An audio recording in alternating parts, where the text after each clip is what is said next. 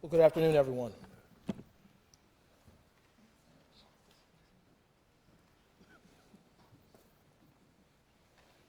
The past 2 weeks have been one of the most challenging periods of my mayoralty.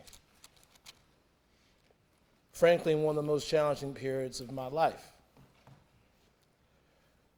I, like many in Richmond, have been caught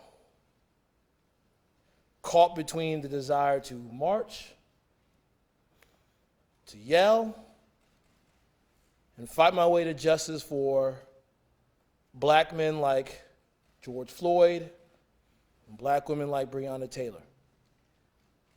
People who very well could have been me or my brother or my sister.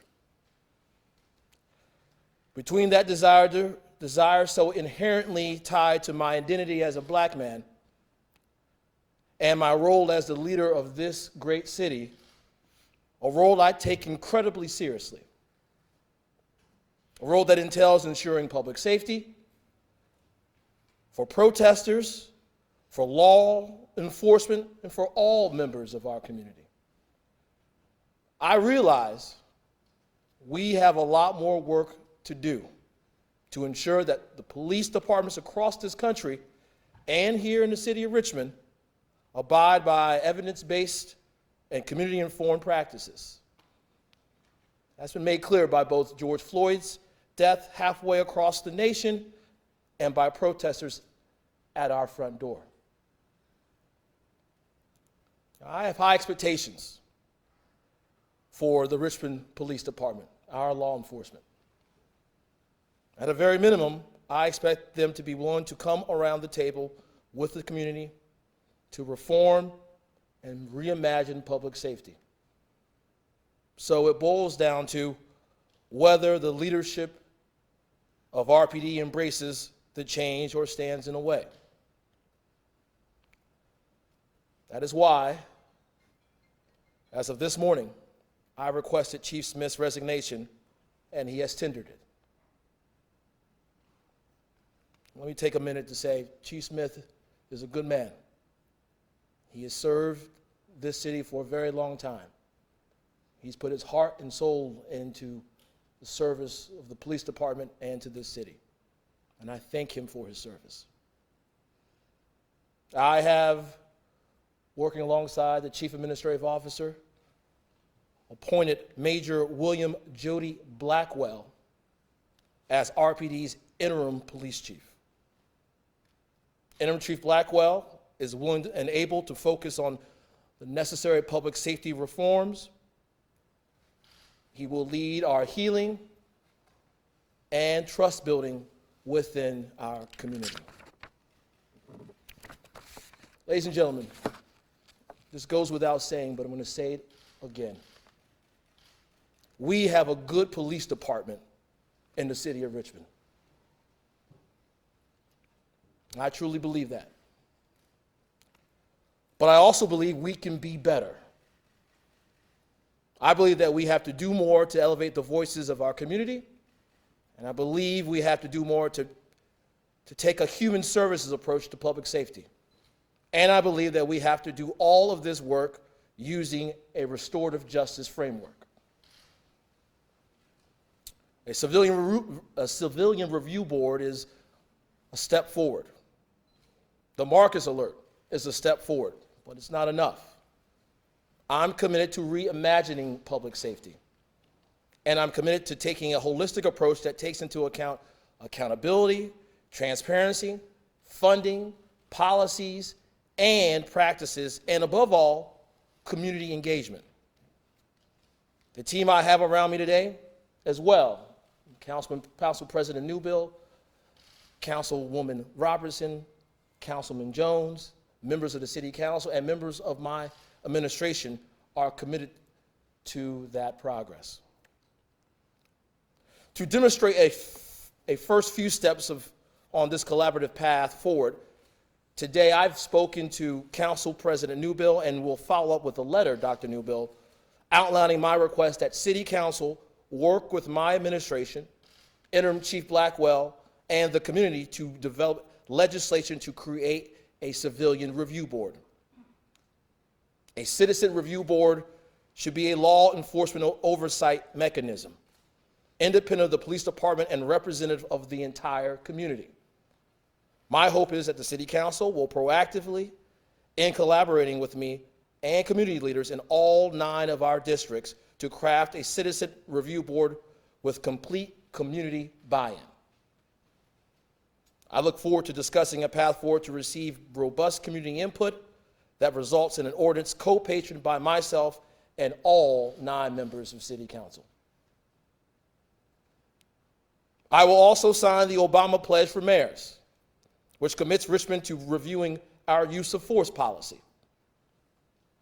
In the aftermath of the murder of George Floyd, we have strengthened RPD's long-standing ban on chokeholds. We've also reevaluated and strengthened an RPD's officer's duty to intervene, or that officer's responsibility to hold coworkers, which includes supervisors responsible for unacceptable use of force and other inappropriate behaviors. Beyond those immediate changes, part of the work of this pledge includes my creation of a task force on reimagining public safety. This task force will bring upwards of 20 individuals from the activists, legal, academia, RPD, mental and behavioral health, and other communities together to agree on a set of actionable steps forward within 90 days of the first meeting. The mission is to make public safety recommendations that build toward equity and justice. Using a restorative justice framework, we can reimagine public safety to create a truly safer city for all of its residents, meaning both the members of the community and the officers that serve this great community. We will benefit from reimagining public safety, without a doubt. We will benefit from that. One thing is clear after the past 2 weeks. Richmond is ready for a new approach to public safety. There's work to be done, and we're ready to do it. Due to poor budgeting and policy decisions at all levels of government in the past, we have asked our police officers to respond to every type of crisis, from homelessness to mental health issues to substance abuse.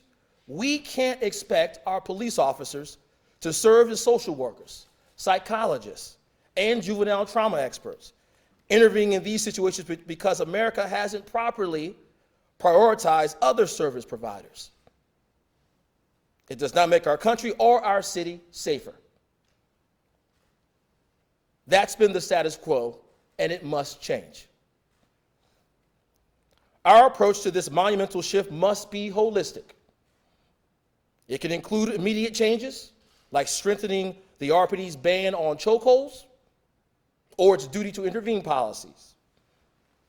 But it's also long-term planning informed by community input and evidence-based practices. The community wants to be heard. And I assure you, you will be heard. Because whatever progress we make, it has to be rooted in community buy-in. And requiring community buy-in doesn't mean we can't be evidence-based. A combination of the two will result in policies specifically designed for the city of Richmond. Ladies and gentlemen, there's a lot of work ahead. So if you have been out on the streets protesting against injustices, carrying the mission and the cause of Black Lives Matter, I invite you to join us at the table. I want to incorporate your experience to turn your pain into progress. So in summary, to our officers who serve our community, I've seen our law enforcement officers do extraordinary things in service to all of Richmond's people. Reimagining public safety means a better and more manageable job for our officers as well. To those who choose to peacefully protest, I respect you. I hear you, and I want you to come to the table. We invite you. To those undermining the cause of the peaceful protest, as a black man, I can tell you that you are not doing the cause justice. You are undermining the cause. And to the Richmond community, we will get through this. We will get through this together, and we will be better for it. In the spirit